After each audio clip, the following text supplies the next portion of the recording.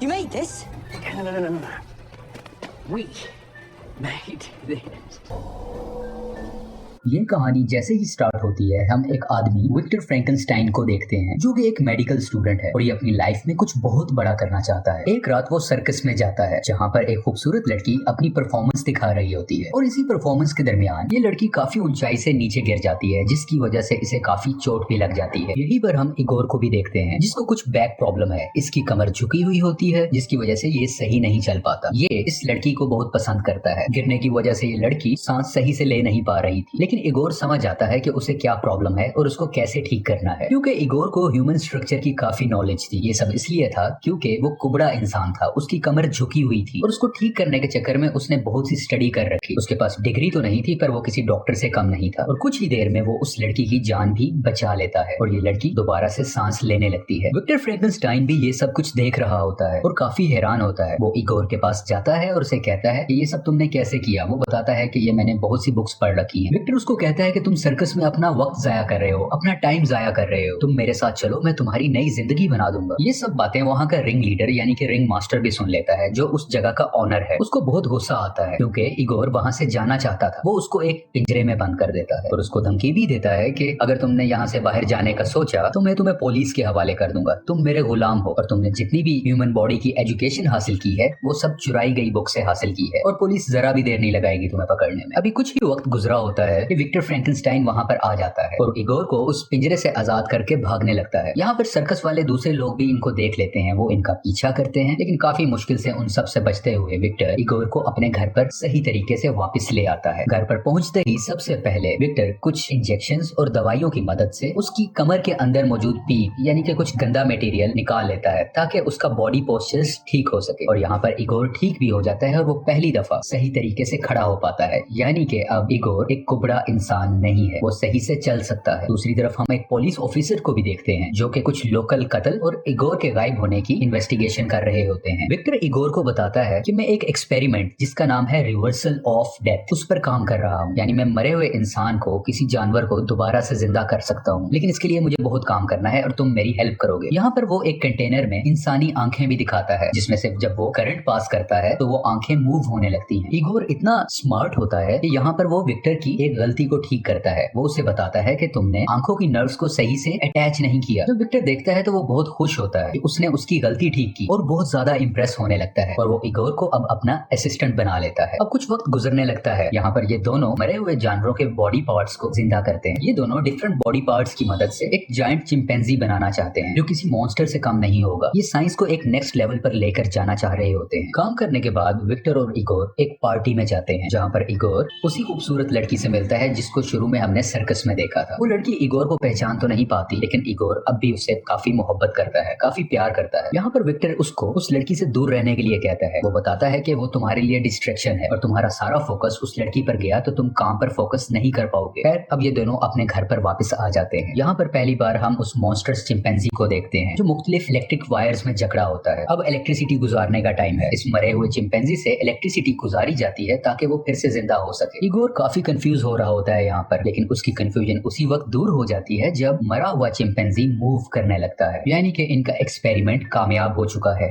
अगले ही दिन अपनी साइंस को प्रूव करने के लिए विक्टर फ्रैंकेनस्टाइन उस चिंपैंजी को अपनी यूनिवर्सिटी में लेकर जाते हैं। यहाँ पर थोड़ी सी मुश्किलें तो आती हैं, लेकिन जब वो चिंपैंजी जिंदा होता है तो इधर उधर अटैक करने लगता है, लोगों को नुकसान पहुंचाने लगता है, जिसको देखते हुए विक्टर अपनी ही बनाई हुई क्रिएशन यानी उस चिंपैंजी को मार देते हैं। विक्टर को उसकी यूनिवर्सिटी से निकाल दिया जाता है क्योंकि उसने अनकन्वेंशनल मेथड्स को इस्तेमाल किया है। यहीं पर इसके कुछ क्लासमेट्स भी होते हैं जो काफी अमीर होते हैं, काफी रिच होते हैं। वो विक्टर को कहते हैं कि हम तुम्हें फंडिंग देंगे, तुम इन एक्सपेरिमेंट्स को कंटिन्यू रखो। और ये भी बताता है कि तुम मेरे लिए आर्टिफिशियल ह्यूमनॉइड्स बनाओगे, यानी कुछ ऐसे क्रिएचर्स जिनको हम अपने मुताबिक क्रिएट कर सकें और वो हमारी मुख्तलिफ कामों में हेल्प कर सके। उसके अलावा काफी पैसे भी ऑफर करता है। यहाँ पर हम इगोर को देखते हैं, वो नहीं चाहता कि वो इन लोगों के साथ काम करे, लेकिन विक्टर इगोर को नजरअंदाज करते हुए यानी उसे अवॉइड करते हुए अपने रिच क्लासमेट की ऑफर को एक्सेप्ट कर लेता है और इगोर भी उसकी हाँ में हाँ कर देता है क्योंकि विक्टर ने उसको नई जिंदगी दी थी, उसकी कमर ठीक की थी, उसकी जान बचाई थी, उसने काफी एहसान किए थे जिस वजह से वो विक्टर का साथ देने के लिए रेडी हो जाता है। अगले ही दिन वही पुलिस ऑफिसर विक्टर के घर आते हैं ताकि वो इस केस की जांच कर सकें। उन्हें ये भी मालूम हो गया था कि यूनिवर्सिटी में चिंपैंजी को जिंदा करने की कोशिश की गई थी, लेकिन इन पुलिस ऑफिसर के पास घर चेक करने का वारंट नहीं होता, तो विक्टर उनको घर चेक करने नहीं देता और वो मायूस होकर वहाँ से चले जाते हैं। यहाँ पर इगोर उस सर्कस वाली लड़की से मिलता है जिसको वो प्यार करता है। वो लड़की उसे समझाती है कि तुम विक्टर को मना करो कि ऐसे एक्सपेरिमेंट्स ना करें वरना वो फिर से कोई मॉन्स्टर बना डालेगा। और ये दोनों बहुत सा वक्त साथ स्पेंड करते हैं। वहाँ से वापसी पर जब ये घर पर आ रहा होता है तो देखता है कि वही पुलिसमैन और उसके साथी घर का दरवाजा तोड़ रहे होते हैं। इगोर दूसरे दरवाजे से अंदर जाता है और विक्टर को भागने के लिए कहता है। उसे बताता है कि तुम्हारा इन्वेस्टर, तुम्हारा क्लासमेट, उसने हमारे भागने का इंतजाम किया हुआ है। लेकिन विक्टर वहाँ से नहीं जाता और वो सारी मशीनरी को तोड़ने लगता है। वो चाहता है कि ये मशीनरी किसी और के हाथ ना लगे। इतनी ही देर में वो पुलिस ऑफिसर अंदर आ जाता है और उनको गन दिखाकर रोकने की कोशिश करता है, लेकिन वो नहीं रोकते और पुलिस ऑफिसर और विक्टर की आपस में लड़ाई होने लगती है। काफी लड़ाई के बाद विक्टर उसको धक्का देता है जिसकी वजह से उसका हाथ बड़े से गियर के अंदर आ जाता है और उसका हाथ कट जाता है। अब पुलिस ऑफिसर का एक हाथ नहीं रहा। दूसरी तरफ ये दोनों एक कैरेज में यानी घोड़े वाली बग्गी में बैठकर अपने उसी दोस्त के पास चले जाते हैं जिसने इस प्रोजेक्ट को फंड किया है। यहाँ पर इनका दोस्त यानी कि इन्वेस्टर इनको मजीद पैसे देता है। वो कहता है तुम मेरे प्रोजेक्ट पर काम करो, तुम एक आर्टिफिशियल ह्यूमन बनाओ। क्योंकि अब यहाँ पर काम करना सेफ नहीं था तो रिच इन्वेस्टर उसे कहता है कि तुम स्कॉटलैंड चले जाओ, वहाँ पर मेरा एक फैमिली बैंगलो है, तुम वहाँ पर खामोशी से खुलकर काम कर सकते हो। इगोर एक बार फिर से उसे कहता है कि तुम इन चक्रों में ना पड़ो, लेकिन विक्टर उसकी नहीं सुनता और वो स्कॉटलैंड के लिए चला जाता है ताकि अपने एक्सपेरिमेंट पर काम कर सके। जैसे ही वो चला जाता है तो रिच इन्वेस्टर इगोर के पास आता है और वो उसे बताता है कि जैसे ही ये एक्सपेरिमेंट कंप्लीट हो जाएगा तो मैं विक्टर को मार दूंगा और उसके बनाए गए आर्टिफिशियल ह्यूमन को मैं एक वेपन की तरह इस्तेमाल करूँ। क्योंकि वो आर्टिफिशियल होगा तो उस पर ना कोई गोली असर कर पाएगी, ना कोई उसे मार पाएगा और वो मेरे हुक्म पर चलेगा। ये सब इसे बताते ही इगोर के हाथ पांव बांधकर उसे पानी में फिंकवा दिया जाता है। लेकिन काफी मुश्किल से इगोर अपनी रस्सियों को खोलता है और अपनी जान बचाकर ऊपर आ जाता है। अपनी जान बचाने के बाद वो उसी सर्कस वाली लड़की के पास जाता है और उसे कहता है कि विक्टर की जान खतरे में है, हमें उसकी जान बचानी होगी। और ये दोनों भी मिलकर स्कॉटलैंड चले जाते हैं ताकि विक्टर को बताया जा सके कि उसकी जान खतरे में है। यहाँ पर पहुंचते ही वो सब कुछ विक्टर को बता देता है कि तुम्हारे साथ खेला जा रहा है, तुम्हारी जान को खतरा है। लेकिन ये सब कुछ जानने के बावजूद भी विक्टर इस एक्सपेरिमेंट को कंटिन्यू रखना चाहता है क्योंकि वो उसे एक सीक्रेट बताता है कि बहुत साल पहले एक तूफान आया था जहाँ पर मेरा बड़ा भाई मारा गया था और कहीं ना कहीं विक्टर अपनी भाई की मौत का जिम्मा खुद को देता है और वो इस एक्सपेरिमेंट के थ्रू अपने ही बड़े भाई को जिंदा करना चाहता है।